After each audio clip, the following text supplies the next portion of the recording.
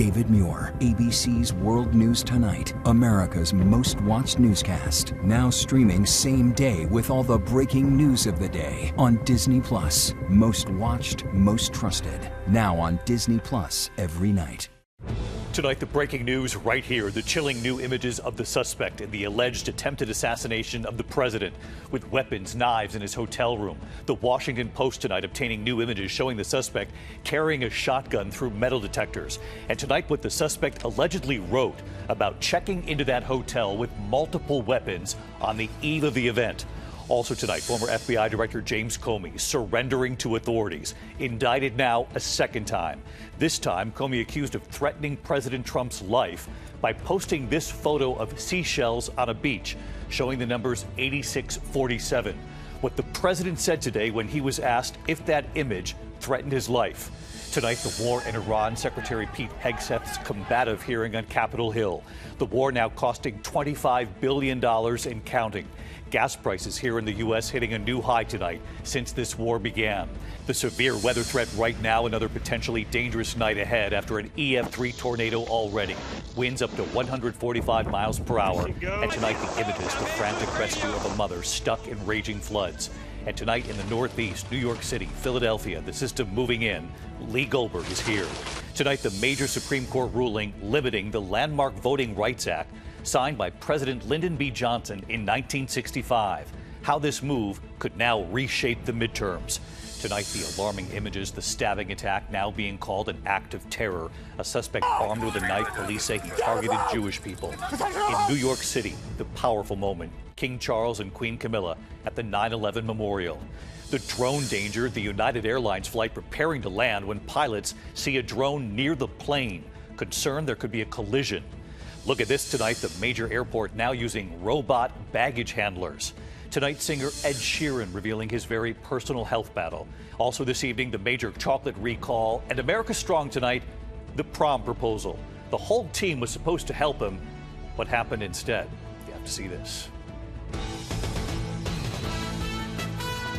From ABC News World Headquarters in New York, this is World News Tonight with David Muir. Good evening. We begin tonight with the breaking news, the chilling new images tonight of the suspect that authorities say he took of himself armed inside his hotel room in Washington, D.C., with the president, the first lady, members of the cabinet, and the press corps all in that ballroom 10 floors below. Authorities say the photo shows Cole Allen moments before his alleged assassination attempt at the Washington Hilton, dressed in dark clothes, a red tie, carrying the weapons and knives on his body.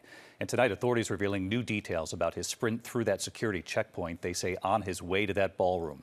The Washington Post obtaining new images showing the suspect carrying a shotgun through metal detectors.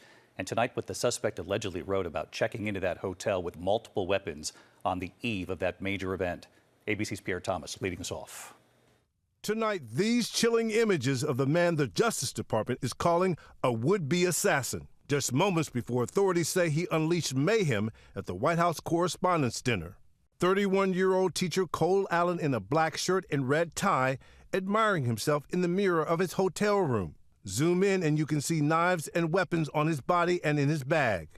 A law enforcement source tells ABC News Allen checked into a room on the 10th floor of the Washington Hilton a little after 3 p.m. on Friday, the day before the attack. According to a new court filing, he took notes, writing that he, quote, walked in with multiple weapons and not a single person there at the hotel considers the possibility that I could be a threat. Sources telling us that after Allen checked in, he used his laptop to research the president's schedule and even went down to scope out the area around the ballroom. Tonight, the Washington Post obtaining these pictures. The suspect carrying a shotgun as he walked through the metal detectors. DOJ today saying law enforcement officers saw Allen fire the shotgun in the direction of the stairs leading down to the ballroom. The images published by the Post show an officer firing 4 shots at the gunman as he sprints by. A Secret Service agent was shot in the chest, his vest blocking the bullet. Tonight, Deputy Attorney General Todd Blanche says he's still not sure who fired that bullet, the gunman or one of the officers trying to stop him. It would not surprise me if it turns out that that our Secret Service agent was shot by the individual who's currently been charged with that crime. But I just want to get that right instead of speculate. Allen is due back in court tomorrow morning for a detention hearing, but tonight official Washington still in a state of shock, wondering how a man who allegedly had so many weapons checked into that hotel, apparently no questions asked, with deadly intentions. David. Pierre Thomas leading us off here again tonight. Pierre, thank you. Also developing tonight, former FBI Director James Comey surrendering to authorities, indicted now for a second time. This time, Comey accused of threatening President Trump's life by posting a photo of seashells on a beach, showing the numbers 8647. The president was asked directly today, did that image threaten his life? Here's Aaron Katursky. With his wife and family there to support him, former FBI Director James Comey was driven into federal court in Virginia to turn himself in after the Justice Department charged him with threatening to kill President Trump by posting this photo of seashells on a beach. The indictment alleges the arrangement, 8647, is a serious expression of an intent to do harm to the president. Today, Trump was asked about that picture of shells on a beach. Do you really think that he was endangering your life or threatening your life with that? Well, if anybody knows anything about crime, they know 86. You know what 86? It's a mob term for kill him. You know? You ever see the movies? 86 him. The mobster says to one of his wonderful associates, 86 him. That means kill him. But tonight, Republican Senator Tom Tillis says he hopes the Justice Department has more evidence than this photo. I searched to the end of the internet last night. I can't find one example where the number 86 had anything to do with any violent threat. So hopefully there's more to it than just the picture in the sand. Comey said he deleted the post after he saw some people interpreting it as a call to violence. And in a new video statement, he vowed to fight the charges. Well, they're back. This time about a picture of seashells on a North Carolina beach a year ago. And this won't be the end of it. But nothing has changed with me. I'm still innocent. Tonight, Comey's attorneys say they plan to accuse the Justice Department of vindictive prosecution to punish him for criticizing the president. They raised that argument last year after Comey was indicted in a separate case that was later thrown out. This prosecution could be a tall order, David. Comey can only be convicted if he knowingly and willfully threatened the president's life. Comey is free tonight, the judge releasing him on his own recognizance. David? Our chief investigative correspondent, Aaron Katursky, thanks. Now to the war in Iran and to the combative hearing on Capitol Hill today. Secretary Pete Hegseth fielding questions, and the Pentagon now revealing that the war has now cost the U.S. $25 billion and counting, with gas prices here in the U.S. hitting a new high tonight since this war began. Here's Martha Raddatz. Tonight, with an eye-popping $25 billion price tag for the Iran war, the Strait of Hormuz blocked and no end in sight, Secretary Pete Hegseth not backing down on Capitol Hill, instead pointing the finger at Congress. The biggest challenge, the biggest adversary we face at this point are the reckless, feckless, and defeatist words of congressional Democrats and some Republicans. The secretary, combative, defensive, and dismissive. The president has got himself and America stuck in the quagmire of another war in the Middle East. Congressman, you should know better. Shame on you. Calling this a quagmire 2 months in. Claiming a tactical victory. It's been an astounding military success. No, but are we winning the war? Absolutely. But pressed about the justification for war? Their nuclear facilities have been obliterated. Underground, they're buried, and we're watching them 24/7. We had to start this war, you just said, 60 days ago, because the nuclear weapon was an imminent threat. Now you're saying that it was completely obliterated? They had not given up their nuclear ambitions. The grilling on Capitol Hill comes tonight as gas prices hit a new high. With the Strait of Hormuz closed, drivers now paying $4.26 per gallon, up $1.32 since the war began. Do you know how much it will cost Americans in terms of their increased cost in gas and food over the next year because of the Iran war? I would simply ask you what the cost is of an Iranian nuclear bomb. Overnight, President Trump posting Iran better get smart soon. Now they have to cry uncle. That's all they have to do. Just say, we give up. But David, we are now in week 9 of this war. Gas prices are soaring. The Pentagon wants more money, and the Iranians have given no indication they are ready to give up. David?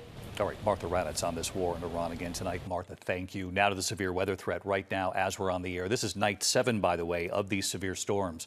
Another potentially dangerous night ahead after an EF3 tornado in Texas already. Winds up to 145 miles per hour. And tonight in the Northeast, New York City, Philadelphia, the system moving in. Lee Goldberg standing by with the forecast, and Alex Stone tonight from the storm zone. Tonight, dangerous thunderstorms moving east. After a violent 24 hours that included this touchdown of an EF3 tornado in Texas. East of Little Rock in Brinkley, Arkansas, this terrifying funnel darkening the sky. The system dumping up to softball-sized hail across the storm zone, smashing the glass on dozens of cars parked at the airport in Springfield, Missouri. These people are going to get off their flights and come home to this. West of Fort Worth, a trail of destruction from that EF3 tornado with winds up to 145 miles per hour that tore through the city of Mineral Wells. Warehouses reduced to shredded sheet metal and splintered wood. Firefighters searching the damaged neighborhoods. 5 people were hurt. Trenton Montalvo rode out the storm in his parents' bedroom closet. It's kind of hard not to get emotional at first, but just need to make sure that everyone that we knew was okay. Storms have been relentless for days. New body camera video shows the frantic rescue of a mother from her car stuck in raging flood Saturday in White Settlement, Texas. Deputies using jumper cables to help secure her until more help came to get her out. David, the homeowner here survived riding out the tornado in a small closet. The police chief here telling me it's a miracle nobody died.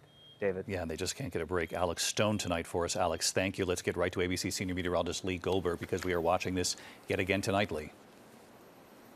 It's been a brutal stretch, David, no question about it. Thankfully, this will be the last night of widespread severe weather. We've had tornado warnings today in Mississippi and all the way up into Pennsylvania. 7th straight night here, and severe thunderstorm watches out from Texas to Alabama. We have active severe thunderstorm warnings. Lufkin and Baton Rouge and Mobile all affected by these storms. Now, damaging winds and hail are the main threats with these storms, maybe an isolated tornado. And then the severe storms are firing up right now across central Texas into the overnight. That's where we have a level 3 out of 5 risk. They are the most severe storms. The same system bringing heavy rain and few thunderstorms in the mid-Atlantic and the Northeast. That's overnight right here in New York. Will dry out tomorrow morning. More importantly, David, no more widespread severe weather tomorrow. David? Lee Goldberger, thanks to you again tonight. We turn now to the major Supreme Court ruling today limiting the landmark Voting Rights Act signed by President Lyndon B. Johnson back in 1965 at the height of the civil rights movement. How this decision could now reshape the midterms and the face of Congress. Here's Rachel Scott.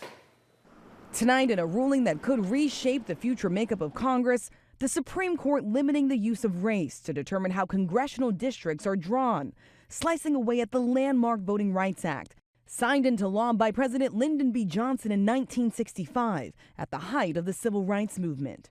It came after a group of white voters in Louisiana argued one of the state's 2 majority black districts was improperly drawn, relying too heavily on race. Tonight, the court's 6 conservative justices agreed. Justice Samuel Alito writing, allowing race to play any part in government decision-making represents a departure from the constitutional rule. Republicans, including Louisiana's governor, rejoicing. I think this whole race baiting, race issue on the redistricting has been put to bed finally once and for all. Justice Alito writing, the only time race can be a factor is when there's evidence the state intentionally drew its districts to afford minority voters less opportunity because of their race. Alito noting that social change has occurred throughout the country, and particularly in the South, which have made great strides in ending entrenched racial discrimination. But Democrats point out with this ruling, only one of Louisiana's 6 congressional districts will be majority black, even though black voters make up 1/3 of the state. This is one huge step backwards for racial justice and for the health of our democracy. In a scathing dissent, Justice Elena Kagan declaring, if other states follow Louisiana's lead, the minority citizens residing there will no longer have an equal opportunity to elect candidates of their choice. She warns the consequences of today's ruling are likely to be far-reaching and grave, calling it the latest chapter in the majority's now completed demolition of the Voting Rights Act. Tonight, Republicans are already calling on some states to redraw their congressional maps before November's midterm election. But primary season is already underway, so it's unclear what changes we will see. But it could be a much different story by the time 2028 rolls around. David. All right, Rachel Scott live on the Hill tonight. Rachel, thank you. Overseas tonight, an alarming stabbing attack appearing to target Jewish people in London. It's now being called an act of terror tonight. Authorities say disturbing surveillance video shows the suspect stabbing a Jewish man. They say he later attacked a second victim. Body camera video shows police subduing the suspect with a taser. The incident part of a growing number of anti-Semitic attacks in London and across Europe. Meantime, back here in New York City tonight, King Charles and Queen Camilla and the powerful moment at the 9/11 memorial. James Longman is there. Tonight, the Big Apple gets its royal moment. King Charles and Queen Camilla starting the New York leg of their trip with a solemn visit to the 9/11 memorial, marking 25 years since the tragedy with this handwritten letter. We honor the memory of all those who so tragically lost their lives on the 11th of September 2001. And stand in enduring solidarity with the American people, Charles and Camilla. Former NYC mayor and chairman of the memorial, Michael Bloomberg, with them for their first visit to Ground Zero since Charles became king. Of the nearly 3,000 people killed in the attack, 67 were British, the couple later meeting victim family members and first responders. The day taking Charles to Harlem, where he visited a youth organization. Thank you for your speech to Congress. We needed that. We needed that. While the Queen joined actress Sarah Jessica Parker for a literacy event at the New York Public Library. David, the stop here at Ground Zero, a reminder of how America's allies answered the call to help. Tomorrow, the royal couple go to Virginia, named for one of Charles's ancestors. David. James Longman again tonight, thank you. When we come back, Ed Sheeran and his very personal health battle revealed tonight. Also, the passenger plane and the drone danger. The United Airlines flight preparing to land when pilots see a drone near the plane, concerned about a potential collision. Also ahead, the high-rise rescue. A dog stuck on the ledge of this residential building. The crowd watching this unfold. Look at this tonight. The major airport now using robot baggage handlers. That's a sign of the times. And America Strong, the prom proposal. The whole team was supposed to help. Here they come, running to the scene. But what happened instead in a moment? Tonight, the potential drone danger. The United Airlines flight preparing to land when pilots see a drone near the plane. Concerned that there could have been a collision. United Flight 1980 with 54 people on board was about 4,000 feet in the air. The plane landing safely in San Diego. The FAA is investigating this tonight. Well, this evening, the airport now using robots. They'll soon be joining baggage handlers at Tokyo's Haneda Airport. Japan Airlines is starting a 2-year trial with the humanoid robots to see if they can help with baggage handling and cleaning the aircraft. Japan Airlines says the industry is facing challenges with an aging and shrinking workforce. We'll see how they do with lost bags. When we come back here tonight, singer Ed Sheeran revealing his very personal health battle right here, and the major chocolate recall tonight in a moment. To the index of other news tonight, a daring high-rise rescue in Sydney, Australia to save a Jack Russell Terrier, a firefighter rappelling down the side of a building to reach the 2-year-old Jack Russell. The dog escaping from his family's balcony days before. Listen to that crowd, the firefighter grabbing the pup to cheers from that crowd that had gathered below. We do have an important recall tonight. The Ghirardelli Chocolate Company is now recalling some of its powder beverage mixes because of possible salmonella contamination. No illnesses have been reported. We do have more on our website for you. Tonight, singer Ed Sheeran is opening up about his health battle. The 35-year-old posting an image with his shaved head right there, saying it signifies a fresh start, turning the corner. Sheeran says he's had shingles for the past month. He says he doesn't recommend it, but that he's on the mend now. He hopes to return to his tour next week.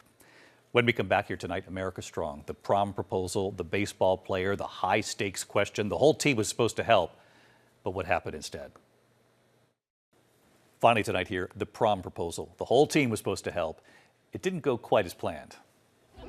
Tonight, prom season is here, and look at this. What was supposed to be the perfect surprise. High school senior Justin Nieves from Queens, New York, with an idea. Here was the plan. If his Monsignor McClancy Memorial High School baseball team, the Crusaders, won the game, he would then ask his friend Valeria to the prom in front of everyone, with help from his teammates. Justin wasn't sure they would win, but they did. The plan was on. That's Justin and Valeria standing on the field, his teammates running up behind them just as planned, handing Justin a sign, and so far so good. But then look. Oh my God, look at these guys. His teammates were supposed to spell out prom. They got things a little backwards. It's backwards. But here's what matters. She still said yes to cheers from the crowd. The team eventually figuring it out. Tonight, that moment going viral, now seen by millions. And this evening, Justin telling us they're ready for prom next month. And he hopes this reminds people not to take everything too seriously. Mistakes are mistakes. She knew what the word meant. After all, she said yes, and they won the game. That's right, won the game. She said yes, not bad at all. And I'll see you right back here tomorrow. Good night. David Muir, the most trusted anchor in America, the most watched anchor in America. Thank you for making World News Tonight with David Muir the #1 newscast in America.